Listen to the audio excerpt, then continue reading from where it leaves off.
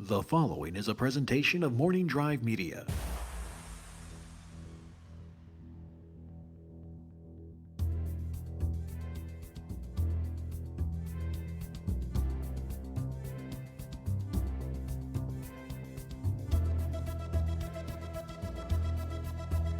Hello, everybody, and welcome to another edition of Inside Why We Love Star Wars. I'm Ken Napzok, here to go inside my book on Star Wars.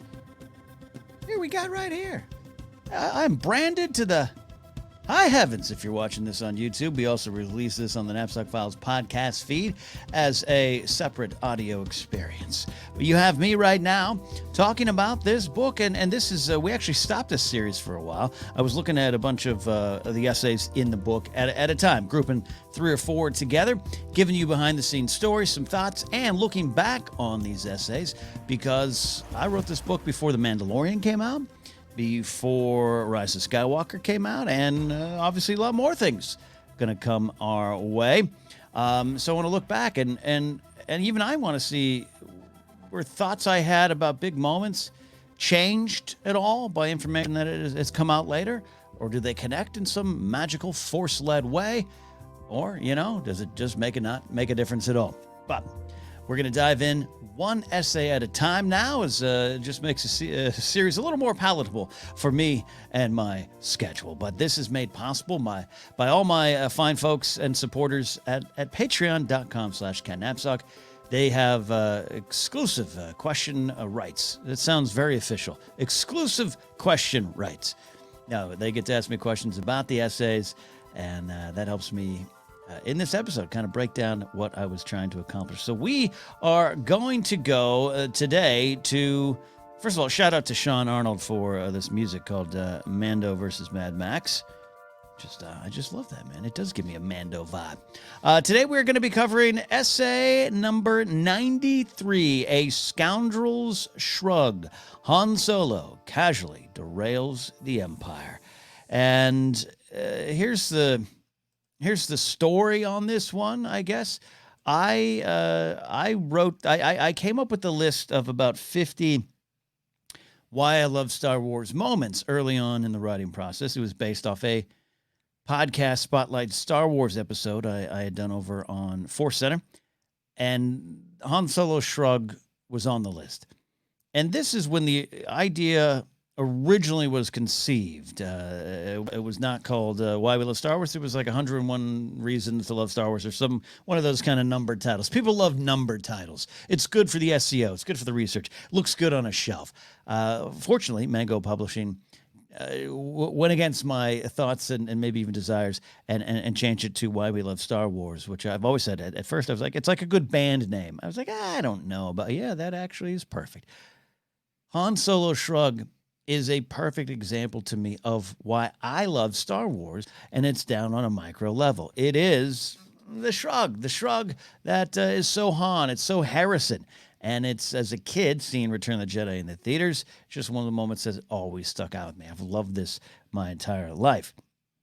But I wanted to challenge myself here. As the writing process went on, it's like, let's find out what's really there. Some of the stories, some of the essays in this book would be and are from the perspective of 7-year-old Kenny watching Return of the Jedi in the theater. And this one, I think I was going to try that. I was going to try to tell the tale from Ken growing up, a Han Solo fan, which I always joke. I mention probably too many times in the book.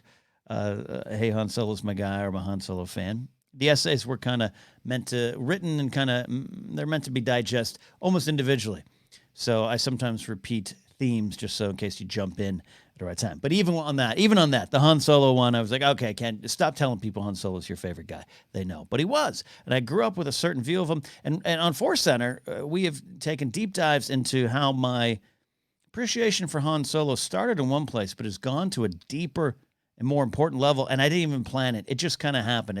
The Force guided me all the way to Han. But this is about that moment as a kid. But I didn't want to go in to this essay approaching as a kid. I wanted to explain why it's important. and why there's meaning there. First, as we always, part of this series here, inside Why We Love Star Wars, is to cover some mistakes, choices I made as an author, as a writer that I don't know if I'd make now. It's hard to go back. It's hard for me just to pick up this book and even read that little essay. It's hard. I cringe, and any creative worth their weight in feathers would cringe too. And right from the start, we start out strong. I like it. I like my first paragraph. Then we go to a little sentence, little slug paragraph down the next there, and that's where the first typo comes in. And here's the thing, so the line reads, and then sometimes he just really funny. I mean, I guess if you read it fast, it works. Here's the thing, and this isn't a call out of anyone at Mango Publishing. They did have 2 copy editors on the process. I did my own copy editing it as well, and probably should have hired a 4th person. These things slip up. They slip through. A lot of times they might run a program, and this sentence doesn't make any sense, but if you read it just fast enough, it makes perfect sense. But this keeps me up at night. The audiobook version of Why We Love Star Wars, I get to make these corrections, and that's why I always say, check out that version if these little grammar and typos, mistakes bother you on any level, because they bother me. But it's happened. It happens a lot, but I always feel, I know it's a weird... It's a weird self-loathing for me to just put a spotlight on it. Most people are going to read that and just in your mind just automatically inserts. I have a unique and uncanny ability, emails, text messages, Discord posts, to always just leave out the little tiny little words and phrases that are needed to make a complete sentence. But my mind just, boom, zips past them. And that's why writers, authors need copy editors, and sometimes they slip through. I got to live with it, but it drives me crazy. That is in this book.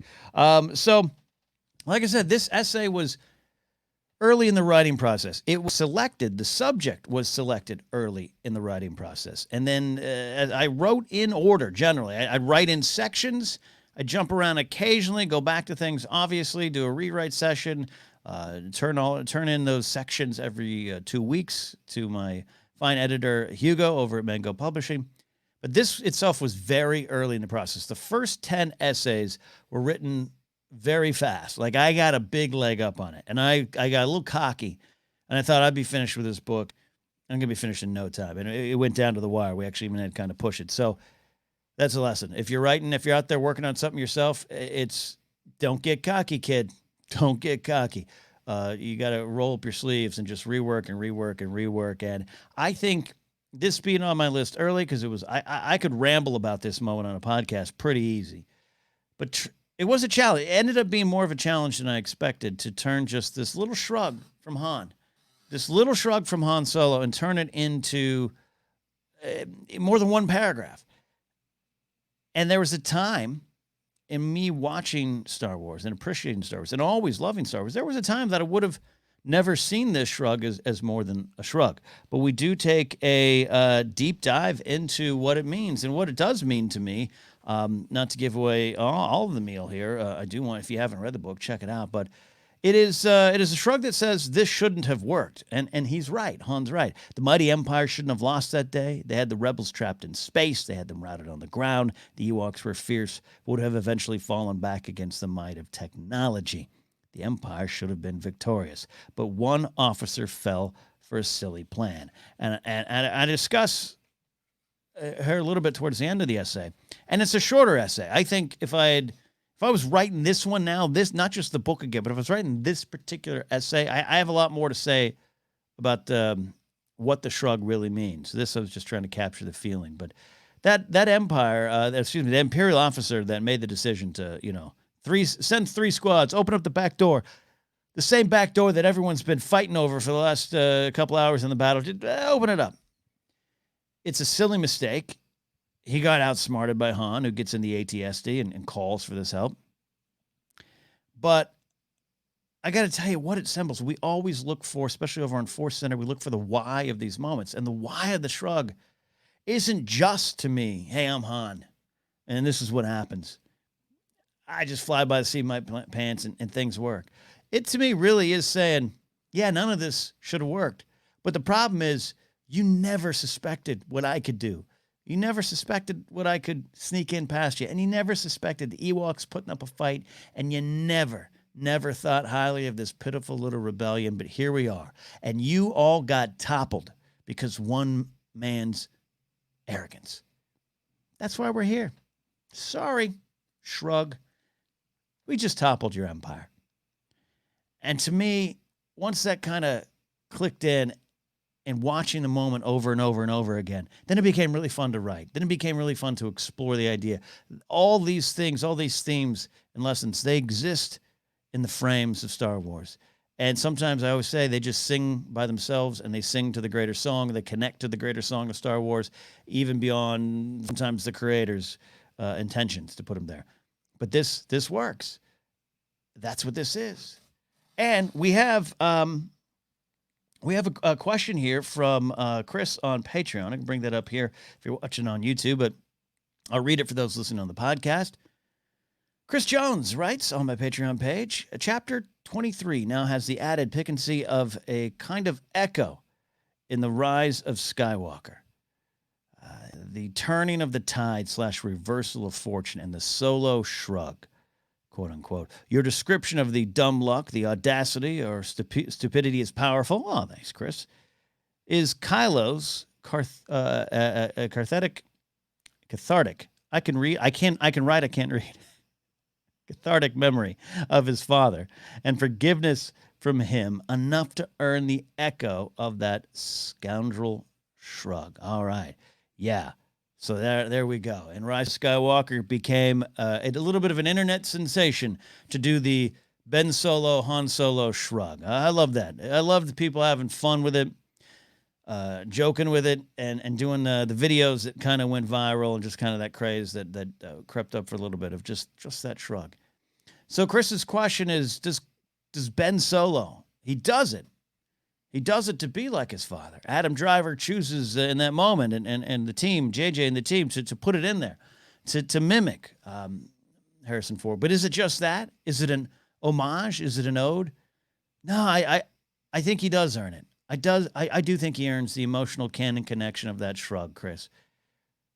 Ben Solo's basically saying in that moment to his buddies, his old pals in the Knights of Ren, yeah, you had me defeated. I had no lightsaber. You were going to win. The Emperor was going to win. You all here thought we are going to win. But you didn't suspect in all of your infinite power, your unlimited power, if you will, all of your Sith wisdom and all your evil ways, motivated by power and greed, as I once was too, or motivated by trying to be something you're not.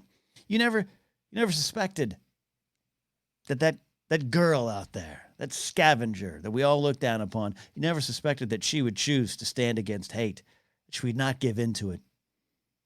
And that our connection, especially for the Emperor, our connection was way more powerful than anyone could have imagined on paper. But it was all clear, it was all there, it was happening in front of you. You just didn't see it. And now, oopsie, I got a lightsaber, and I'm going to topple all of you. I think the connection is there, and it's interesting because, again, this was written before Rise of Skywalker. This isn't some great prediction. I didn't put in here, oh, and then I bet his son does it too. No. But these are those themes. These are the notes of the greater song that are played in all these stories. It is the son of Han Solo. It's not Kylo in that moment, as we know. It is Ben. And Adam Driver all through this, particularly in Rise of Skywalker, pointing the finger, making choices, doing things like Han, shooting behind the back, a call back to Harrison Ford in Force Awakens. It was all there, and it's all fun. It's absolutely all fun. But the real song being played, the thing you have to tune into, is those connections, those meanings. And I think, absolutely, Chris, I think it's earned there. So great stuff. Great stuff there, Chris. I love that connection, and I love you picking up on it there. It's interesting, too. In this essay, I do talk about Han's death. I make it kind of a joke. I talk about his never tell me the odds, that aspect of his character. And it can be argued that his luck only truly ran out once on that catwalk inside Star Killer base as he stood before his son, and I cut myself off. Now we know more. The Han, the memory of Han that haunts Kylo, but then ends up redeeming him or redeeming Ben in Rise of Skywalker is, I think, my favorite moment in that film. A film that has many moments that I love, but I think that moment just moves me on so many levels because I am this Han Solo mark. I just love him, and I've grown up with him. And now, as I find myself a little older, a little more grumpier, definitely more grayer, I look at Han and I look at his unique ability to run away from things he knows he needs to stick around for, and that journey, that 40+ year journey, longer really in story, but about 40 years for us in the fandom. That journey of wanting and needing to be something, taking on the mantle of Han Solo, and wanting to go live this life. A life that'll get you out of where you were, a life that maybe will get you back to the girl that you loved, a life that'll get you the ship that you covet. It's all on the surface for Han, but he connects that. He can't see where that might lead him. He just wants to try, fly by the seat of the pants. Never tell him the odds. But at the end of every day, and probably at the end of every night, he is a good person. Kira sees that. She doesn't just see it in the movie. She sees it in Most Wanted, the novel by Ray Carson. I write about that in the book. She knows who he is. He is a good person. He's not a heart of gold. It's not just simply as simple as that. He's this great person, good-hearted person, good-natured person. But he's always at conflict with himself, and he always runs away. Force Awakens is about his death, is about him completing his mission. Leia says, "You see our son, bring him home." He goes to do that. Well, he goes to do other things, as Han does. He completes the surface mission and has charges and says, let's go help our friends. He can't turn away from that. And in doing so, runs into Kylo Ren, and this time, with Leia's words echoing in his mind, he goes to complete what would end up being his final mission, bring our son home. Han Solo turns towards what he knows he must do because inherently he is good. Even though his instincts were to run, his instincts were to go live for another day, his instincts, as we see earlier in Takodana when he sees Kylo carrying Rey away, I don't want to get involved. He sticks around and he dies. And I've said before, and I've said in other places, as a Han Solo fan all my life, his death I saw coming. A lot of people did. We couldn't imagine Harrison was going to come back for 3 more films. And then I, in the moment, saw it coming, and I was stuck on the surface of it. I was listening to my Force Center podcast co-producer and partner, Joseph Grimshaw, talking about what it meant, the things I'm just saying to you. I missed. And it was calling into a Jedi Alliance episode with Joseph and Mark Donica, breaking down Force Awakens after we all had just seen it, is what Joseph kind of said. Well, here's what I see about Leia and Han's final mission, and it started to click in. And that moment, I started to grow with the Han Solo character. And that is what I really wanted this essay to accomplish. 7-year-old little Kenny, seeing Return of the Jedi, loves Han's SHRUG. And I'd do it on the playground. I'd use it as an inside joke between friends. But now I see that son, and I see his death, and I see what happens in Rise of Skywalker, and I see that Han Solo puts his hand up to Kylo's cheek. It's an act of compassion that ends up saving the galaxy. And he shouldn't have been there. He should have been doing it.